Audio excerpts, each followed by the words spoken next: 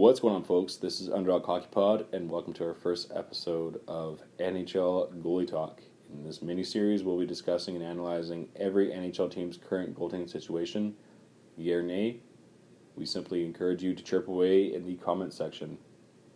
Now, when you're talking about the Anaheim Ducks, for example, you can't go far without talking about John Gibson. The guy went 26, 22, and 8 last year, and they get him at a bargain at $51.2 million at 6.4 annually. How can you go wrong? The latest trend is to hand out substantially large contracts to goaltenders such as Vasilevsky's at 9.5 per year and Sergei Bobrovsky's at 10 per year. And Bob Murray did all right in that signing. The only signing I have criticism over when it comes to the Ducks goaltending is bring back a 39-year-old Ryan Miller. Why would you bring back a guy who's at the end of his career? He's got nothing left to really prove onto a rebuilding team. Sure, he's a solid goaltender. I would never doubt that. But he really doesn't belong on a team that's trying to develop its core players and develop its young bloods to more of an NHL game. You brought in Anthony Stolarz, who we're going to assume is the third stringer at $1.5 million. In his NHL career, he's gone 6-4, and he's just started cracking the NHL lineup. Or even for that matter, you've also got Kevin Boyle in the minors, who's also in his mid-20s, much like Anthony Stolarz, who's seen a little bit of NHL action, but who knows, could develop into a decent backup goaltender or potential trade bait. No. Bringing in Ryan Miller, I thought, was a bad move on Bob Murray's part.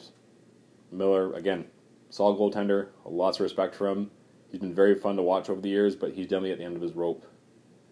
For his sake, I really, really hope that they actually trade Miller away at the trade deadline next season to give him a chance at Lord Stanley's mug, since the closest he's been in his entire career was being a backup, was starting with the Buffalo Sabres back in 2007. He got so close, but then they got eliminated by the Ottawa Senators. What the Ducks are very lucky to have is a starter in John Gibson. The fact that he is 26 and entering his prime years is a huge bonus, and the fact that he's at $6.4 million annually gives him so much more room to re-sign much bigger names in the future should the free agency come into their favor. Long story short, love having John Gibson as a starter. Anthony Stolarz, well, I hope he develops into something special. But Ryan Miller, that's one deal I actually poo-poo right now. He's too old and he really doesn't belong in a rebuilding team. Anyways, that concludes this episode. Next episode, we'll be analyzing the Arizona Coyotes. Like, subscribe, follow us on Instagram, or just simply chirp away in the comment section. That's cool too. Have a good one.